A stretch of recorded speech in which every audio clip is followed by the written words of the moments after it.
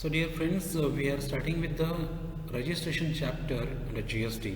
So this is section 22, persons liable for registration under GST. This is given in CGST Act 2017.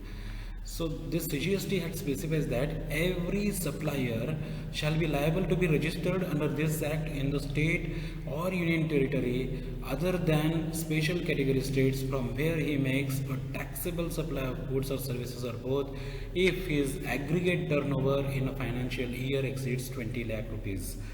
Now this Act says that 20 lakh rupee is the aggregate turnover. And how to calculate this aggregate turnover? The link is given in the description. Please understand that aggregate turnover is the total turnover that you make in 1 year, right? If your total turnover is exceeding 20 lakh rupees, then you have to take registration because you are liable for registration under GST. Section 22 says this. Now, what is this aggregate turnover? Please refer to the link in the description. But the person makes taxable supply of goods or services or both from any of the special category states, then he shall be liable to be registered if his aggregate turnover in a financial year exceeds 10 lakh rupees. So here they say other than special category states. See, other than special category states, then you have 20 lakh rupee is the limit. And here they say if it is in the special category state, then the 10 lakh rupee is the limit, right?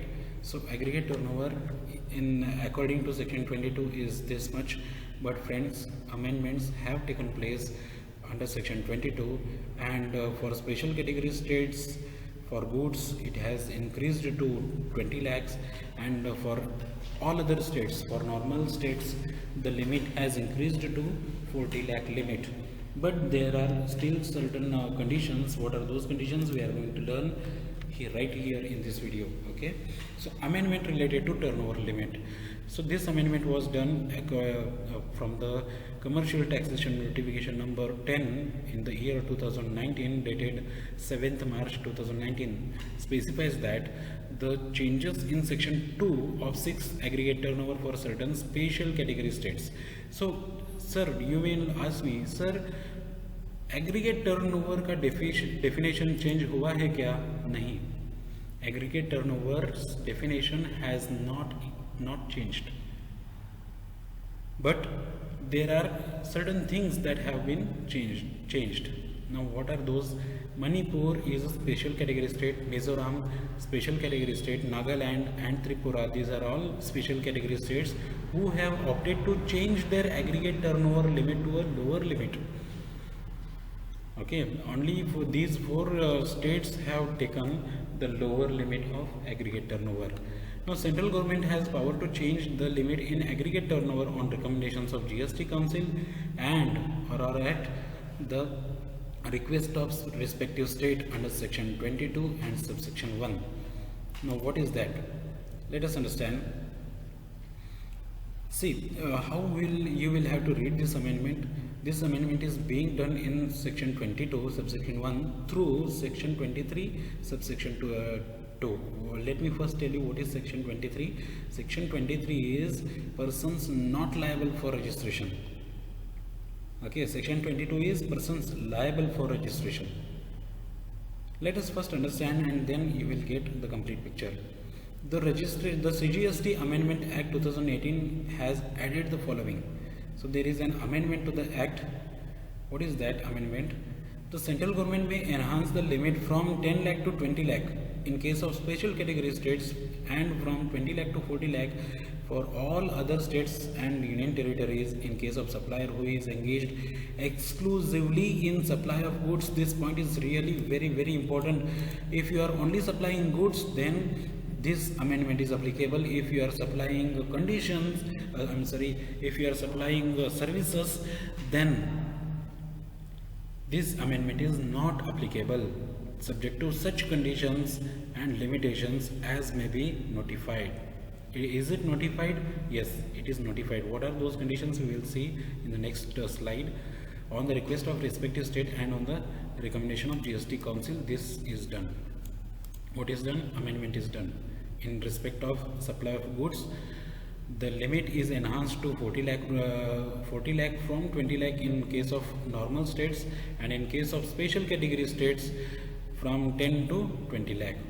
The Finance Act 2019 has added the following. Finance Act 2019. What is Finance Act? It is the budget which is proposed in every February. For the purposes of this subsection, a person shall be considered to be engaged exclusively in supply of goods, even if he is engaged in the exempt supply of services provided by way of extending deposits, loans or advances, in so far as the consideration is represented by the way of interest or discounts. See, let me tell you friends, in normal case, in normal scenario, let us understand that there is a business, XYZ is a business enterprise which is supplying goods. Now obviously it will be having some fixed deposits, some loans it might have taken or it might have given. Now in such cases there are interest and discounts which are generating. Now is the interest a good? Is the question. Is a discount a good? Interest is not a good. Discount is not a good according to the definition which is given in the section 2 subsection 52 of CGST Act. So according to definition, if interest is not a good and discount is not a good, then go to services definition. Anything other than good is a service, they say. It means interest is also service and discount is also service. Now for such XYZ enterprise, if it is supplying goods exclusively in goods, but it still have some deposits, it is quite common to have a deposit, or it is quite common to give some loans or advances to the customers. In such cases friends, Finance Act 2019 says we will assume that your interest or discount will be assumed as a good. I repeat, interest or discount will be assumed as a good even if it is a service. Where it is given? It is given in the Finance Act 2019. How it is done? It is done from this Amendment Act, right? So please note that a proviso is added to use in future in section 22 to give further notifications related to turnover limits. So turnover limits are added into this section 23 subsection 2, but one proviso is already added in section 22 subsection 1, saying that we will use this subsection for the purposes of notification, but as of now no notification is given. So no notification is given yet as of November 2020 in this proviso of section 22. Let me also I can also change this to December, because I am recording this in the month of December 2020. So there is no notification given in this section, right? Now we will further understand this notification. What are those conditions? Here I have said, right, conditions and limitations. What are those conditions? Conditions to avail enhanced aggregate turnover limit is these three. This is only for the persons falling under section 22. Oh my god, please understand, if you are falling under section 24, that is compulsory registration, this is not applicable to you. If you are a person falling under section 22, this amendment is for you. Person may be engaged in exclusively supply of goods except a few notified. So it has to be a good supply of good only. Except a few notified. Few notified means those negative listed goods. What are those negative listed? See, tobacco, ice cream and pan masala. We understand this, right? So the third point is not applicable to specified states in India. Right, whichever state says yes, we do not want to enhance our aggregate turnover limit, then that state will be excluded. But according to the GST Act, which is made in the central level, they say it is not applicable to specified states in India. That is fine. So following persons are not eligible for enhanced threshold limit of 40 lakhs. Negative list. So this is the negative list that I was speaking about. See, tobacco, ice cream and pan masala. These are the three things which are considered as negative. And therefore, if you are supplying any of these three goods or all these three goods, you are not supposed to get this benefit according to section 23 subsection 2 and this notification, right? Now please understand aggregate turnover limits. This chart is really very important, friends.